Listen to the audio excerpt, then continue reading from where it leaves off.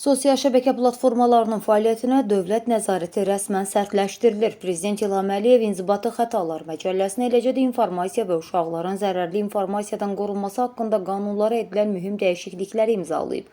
Yeni qanunla qaydaları pozan şəbəkə provayderlərini astronomik cərimələr gözləyir. Sənədə əsasən tələb olunan məlumatların müvafiq dövlət qurumuna vaxtında verilməməsinə, təhrif edilməsinə görə hüquqi şəxslər 15.000 manatdan 20.000 manatadək cərimə ediləcəklər. Əgər dövlət orqanının göndərdiyi rəsmi sorğu 5 iş günü ərzində cavablandırılmasa, cərimənin məbləği birdən-birə 30.000 manata yüksələcək.